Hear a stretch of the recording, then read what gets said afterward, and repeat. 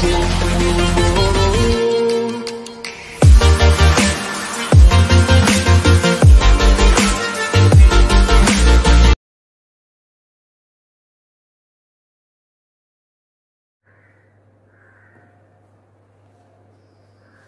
छात्र छात्राओं, आज हम लोग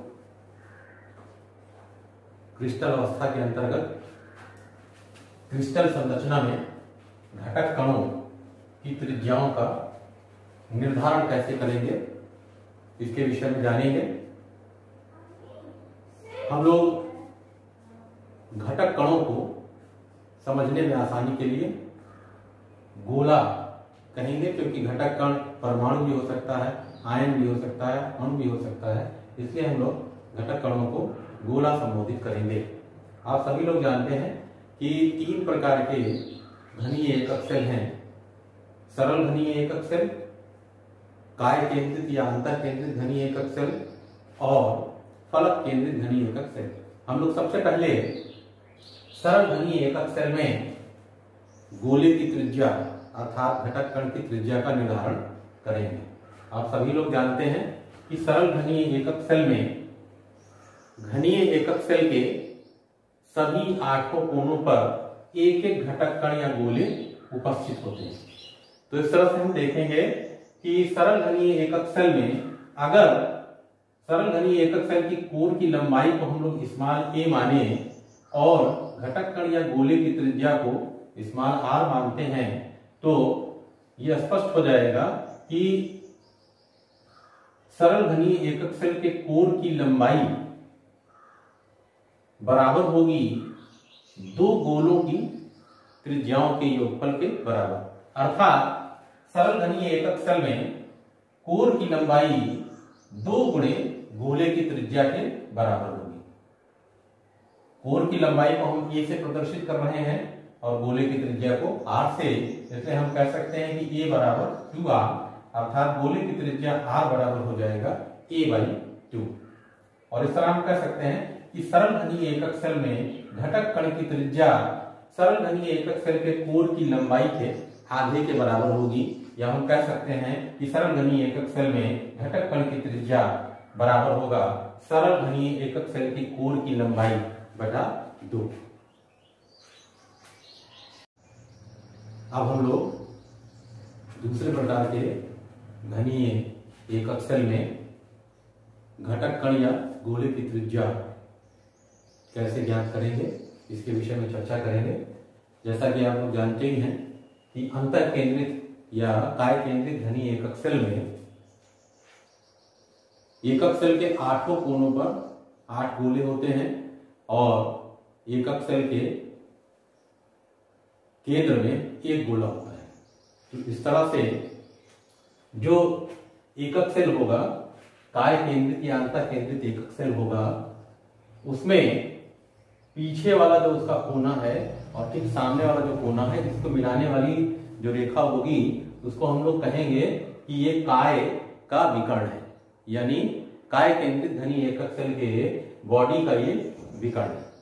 और इस विकर्ण पर आप देखेंगे कि कोने पर का एक गोला, दोनों कोने पर के 2 गोले और केंद्र पर स्थित एक गोला, ये इस पर स्थित होंगे।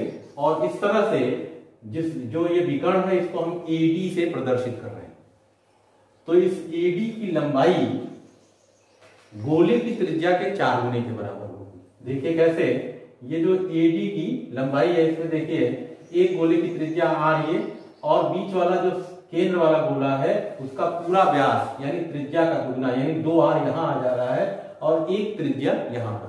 तो इस तरह से विकर्ण AD की लंबाई गोले की त्रिज्या के 4 गुने के बराबर होगी, यानी काय के विकर्ण AD की लंबाई जिसको हम c से प्रदर्शित कर रहे हैं, c बराबर होगा 4r।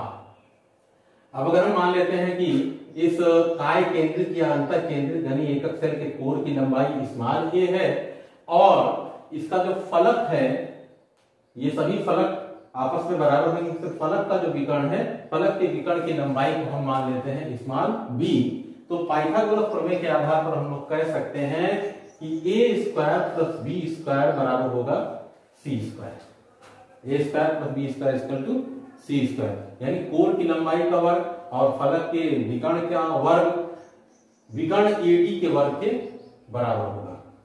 और फिर हम ये भी देख सकते हैं फलक पर कि जो फलक का विकर्ण है उसकी लंबाई कोर के वर्ग धन कोर के वर्ग के बराबर होगी, अर्थात बी स्क्वायर बराबर होगा ए स्क्वायर प्लस ए स्क्वायर, यानी बी स्क्वायर 2a स्क्वायर के बराबर होगा।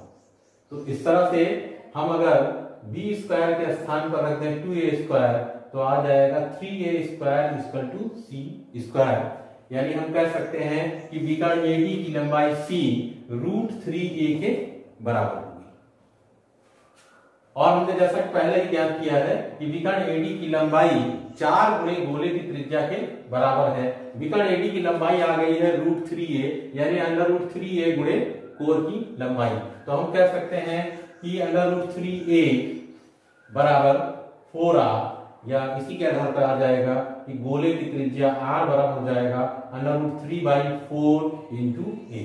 अर्थात हम कह सकते हैं कि अंतः केंद्रित या काय केंद्रित घनीय एकक सेल में गोले की त्रिज्या बराबर होगी √3/4 गुणे कोर की लंबाई के बराबर होगी। तो इस तरह से इस सूत्र की सहायता से हम लोग अंतः केंद्रित घनीय एकक सेल में घटक कण की त्रिज्या ज्ञात कर सकते हैं, यानी अंतः केंद्रित घनीय एकक सेल में घटक कण की त्रिज्या कोर की लंबाई के √3/4 गुने के बराबर होगी। अब हम लोग तीसरे प्रकार के घनीय एकक सेल फलक केंद्रित घनीय एकक सेल में गोले की त्रिज्या की गणना करेंगे।